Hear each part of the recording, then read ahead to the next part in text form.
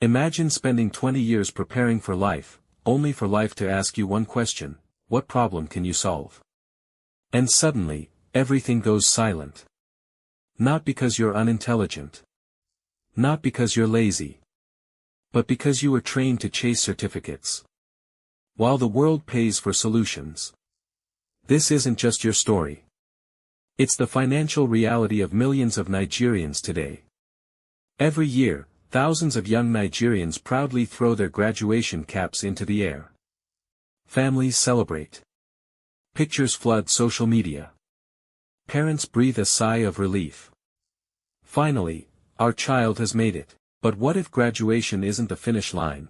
What if it's only the beginning of the hardest race you'll ever run?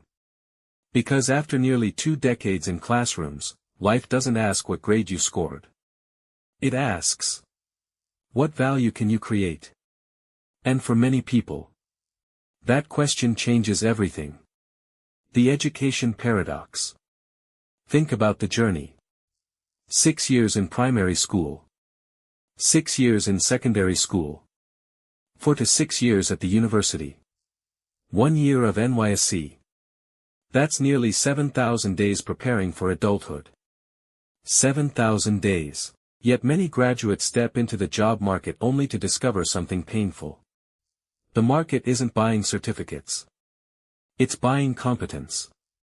Somewhere along the way, we confused education with qualification.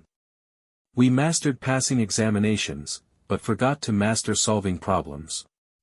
And in finance, problems are where money lives. The bigger the problem you solve, the bigger the reward. The money lesson. Let's compare 2 people.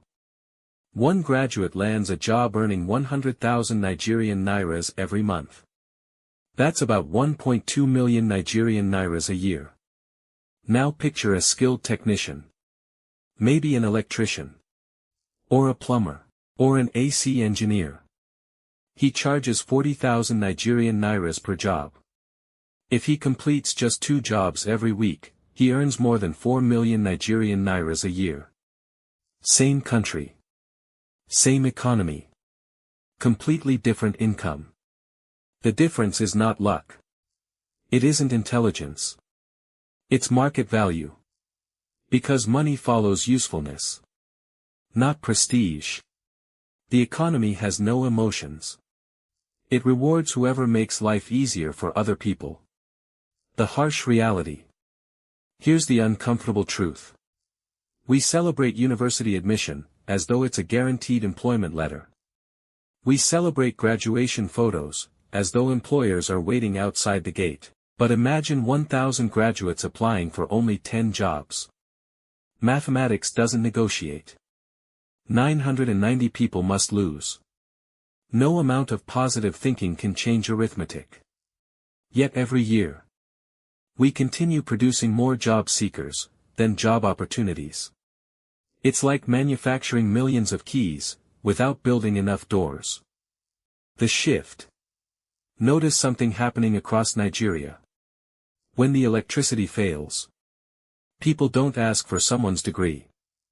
They ask, who can fix it? When your water stops flowing, nobody cares about your CGPA. They care about results.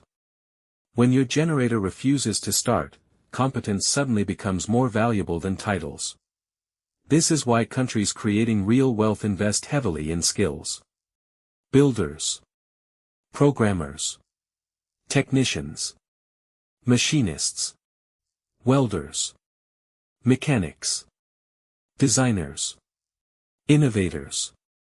Because every thriving economy is built by people who solve problems, not by people who simply collect certificates. Let's be clear. Education is valuable. Degrees matter.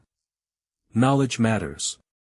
But knowledge that never becomes value rarely becomes wealth. The future belongs to people who can solve meaningful problems. Whether they learned inside a university, inside a workshop, through an apprenticeship, or simply by relentless practice. Because the market doesn't reward attendance. It rewards impact. It doesn't ask how many certificates hang on your wall. It asks, can you make someone's life better? The day you answer that question, your financial life begins to change. So here's a question for you. Should schools focus more on teaching employability and practical skills than just preparing students for exams? Share your thoughts in the comments. Because this conversation could change someone's future.